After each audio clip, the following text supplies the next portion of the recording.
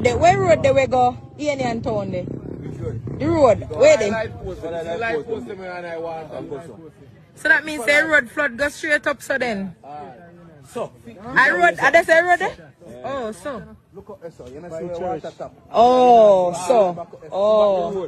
Yes, the piece I road we yesterday. 2 weeks after Hurricane Melissa tore through Jamaica, the nation is still fighting to breathe. Entire communities remain unrecognizable, families are scattered, and the emotional shock hasn't faded. What looked like a passing headline has evolved into a full-scale national emergency, one that grows more complicated with every new report. Officials reveal more deaths, more destruction, and more desperate families trying to rebuild from nothing. And as the camera crews leave and global attention shifts, Jamaica is left alone with a crisis that keeps widening by the hour.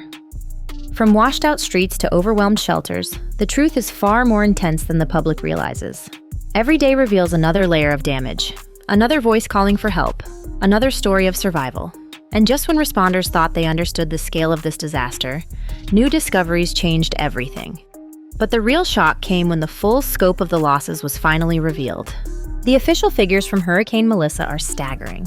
45 people confirmed dead, 15 still missing. Over 130 buildings destroyed, more than 30,000 households forced out of their homes. But behind these numbers are families standing in the rubble of their lives, searching for anything that survived. In Western Jamaica, entire communities have been uprooted, leaving parents unsure of where to turn and children still traumatized by the night the storm hit. Roads remain blocked, communication is unreliable, and hundreds of families have no idea when they'll sleep in a proper bed again. These losses aren't just statistics, they're heartbreak written across the island. And as officials tallied the damage, reporters returning to the disaster zone realized the numbers didn't tell the full story. The true destruction could only be understood by seeing what Hurricane Melissa left behind, and one reporter witnessed devastation that defied every expectation. Fox weather correspondent Robert Ray stayed in Jamaica during landfall, facing 185-mile-per-hour winds, flying debris, and a storm so violent it shook the ground beneath him. But the real shock came after the skies cleared. When Ray returned to Black River, he saw nothing but endless wreckage. Entire blocks erased, homes ripped apart, and belongings scattered for miles. He described the scene as far as the eye can see, a phrase that barely captured the horror unfolding around him. Locals told him stories of narrow escapes, sleepless nights, and missing relatives. Many had nothing left but the clothes they were wearing. For Ray, a veteran disaster reporter, Melissa wasn't just destructive, it was historic, and even he admitted the worst was still ahead, because the next town he visited revealed a level of devastation that shook responders to their core. Black River wasn't just damaged, it was unrecognizable. In Black River, the destruction looks unreal. Drone footage shows flattened neighborhoods, twisted steel, and streets buried under splintered wood. The town's stadium collapsed. Schools lost entire walls. Houses vanished, leaving only cracked foundations and fragments of memories. Families wandered through the ruins, trying to piece together what was left of their lives. Some hadn't eaten in days. Others were still searching for loved ones. Parents struggled to reassure children who couldn't sleep without crying. Even longtime residents who had survived past hurricanes admitted they had never experienced anything like this. Black River became the symbol of Jamaica's suffering, a place where nature hit with full force and left nothing untouched. But even here, rescuers soon discovered another threat growing in the shadows. A problem that wasn't just about buildings, but about human survival.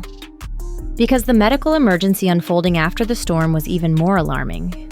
When emergency teams reached the hardest hit areas, they quickly realized this wasn't just a cleanup operation.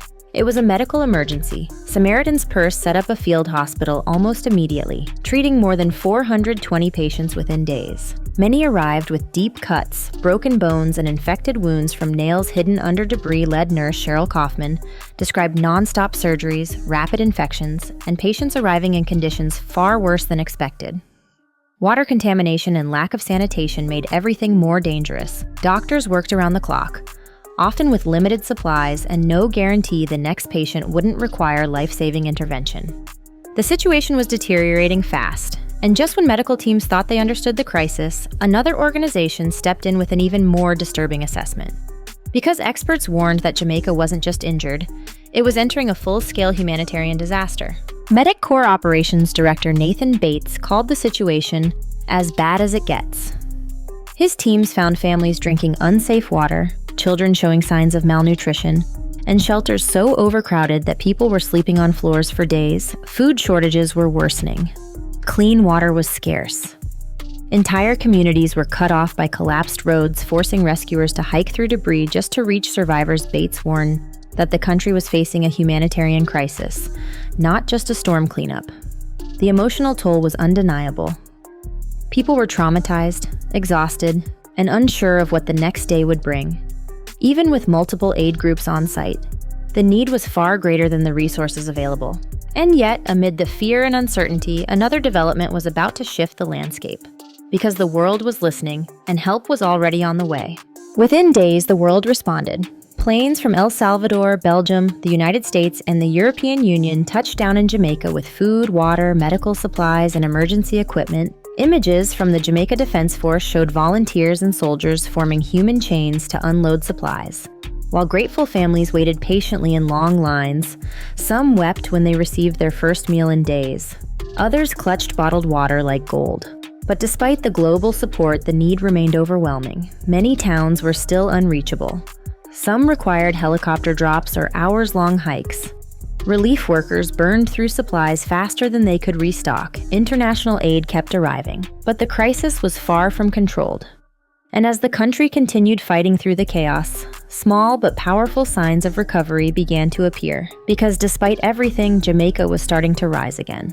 Slowly, progress emerged. The Jamaica Public Service Company restored electricity to more than 300,000 homes, bringing comfort and hope to families who had lived in darkness for nearly 2 weeks. 88 shelters remained open, supporting over 1,100 displaced Jamaicans. Relief agencies distributed more than 500,000 meals and 80,000 care packages, each one offering a lifeline to communities still struggling to rebuild. But behind these victories were harsh realities. Thousands of homes remained uninhabitable. Clean water was still limited in several regions, and many survivors faced an uncertain future. The road ahead would be slow, painful, and unpredictable. Yet Jamaicans continued to push forward, united by resilience and determination. And as the nation began to rise, one final question lingered. Because no one yet knows how long it will take to rebuild what Melissa destroyed. Jamaica is still standing, but the island has been reshaped by Hurricane Melissa in ways that will echo for years. The destruction is massive, the recovery slow, and the emotional toll unforgettable. Yet through every hardship, families helping each other, responders working without rest, nations sending aid, the strength of Jamaica has been impossible to ignore. This storm broke buildings, but not the spirit of the people. The nation will rebuild piece by piece, community by community. But what no one can answer yet is how long that journey will take, or what the island will look like when the work is finally done. And that is the question that will define Jamaica's next chapter.